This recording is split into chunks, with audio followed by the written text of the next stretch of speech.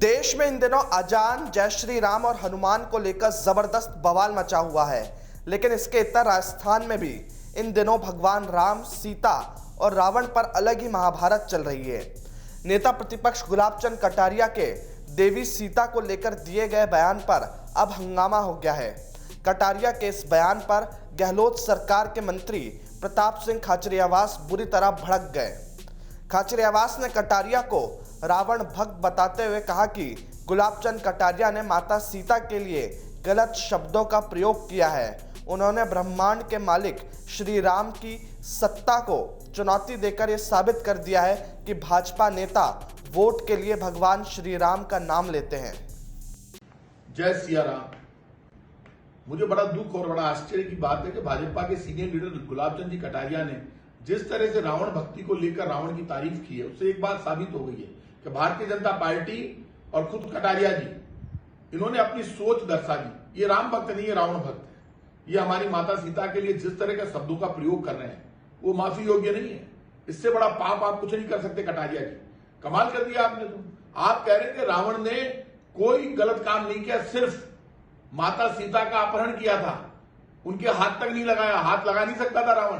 रावण हाथ लगाने की कोशिश भी करता तो जलकर भस्म हो जाता, क्योंकि सीता मैया खुद अवतार के रूप में अवतरित हुई थी और सीता मैया भगवान राम की पत्नी थी।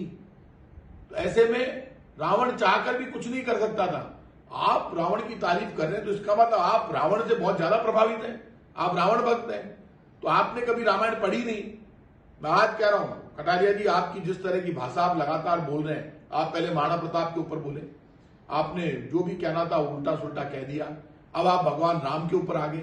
आप भगवान राम के सगे नहीं, मर्यादा पुरुषोत्तम राम, जो दया के, सच्चाई के, विनम्रता के पात्र हैं, जो जन कल्याण और विकास के जरिए राम राज्य की कल्पना जिन्होंने की थी, जिनको पूरी दुनिया अपना आदर्श मानती है, जो पूरे ब्रह्मांड के मालिक हैं, ऐसे भगवान राम के लिए इस तरह के शब्दों का आप प्रयोग करते हैं। मैं आज आपसे कह रहा हूं, ये जिस तरह की भाषा आपने बोली है, इसके लिए आपको धार्मिक तरीके से जो माफी मांगनी हो मांगनी चाहिए। आप खुद को सुन लीजिए।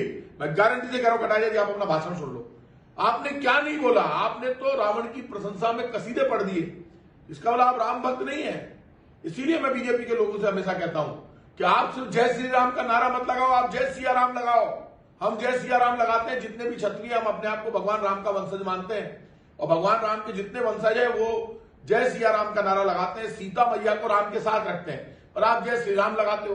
और आज आपने सीता मैया को लेकर जिस तरह का बयान दिया, उससे यह साबित हो गया कि आपको किसी से मतलब नहीं, आपको सिर्फ वोट की पॉलिटिक्स करनी है।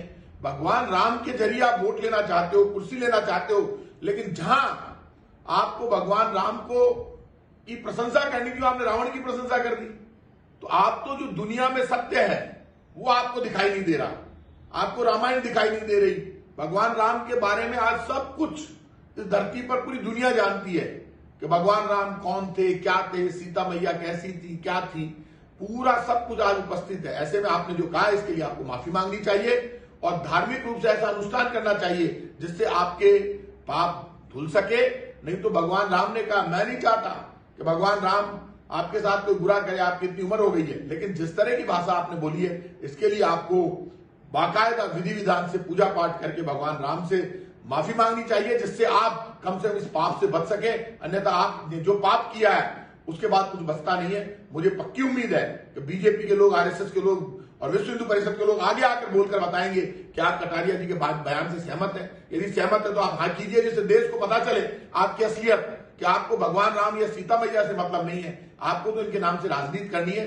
इनके नाम से राजनीति करने का ना कांग्रेस को हक है, ना बीजेपी को, किसी को हक नहीं है, क्योंकि पार्टियां सब बाद में आई है। भगवान राम बहुत पहले आ गए थे त्रेता में।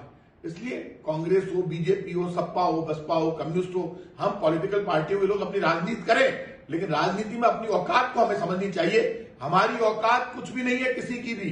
सबसे बड़ी औकात भगवान राम की है, जो ब्रह्मांड के मालिक है। लेकिन उनकी आंखों में प्यार है, दया है। उस दया को हमें समझना चाहिए कि वो हमारी गलतियों को हमेशा माफ करते हैं, लेकिन हमें हमारे शब्दों का ध्यान रखना चाहिए। मुझे भविष्य में उम्मीद है कि अब कटारिया जी अपनी भाषा का कंट्रोल करेंगे तो भगवान राम उन्हें माफ भी कर पाएंगे। मैं पक्की उम्मीद करता हूं कि बीजेपी भी ध्यान देगी और कटारिया जी अभी आइंदा के लिए सुधरेंगे। जय सिया राम।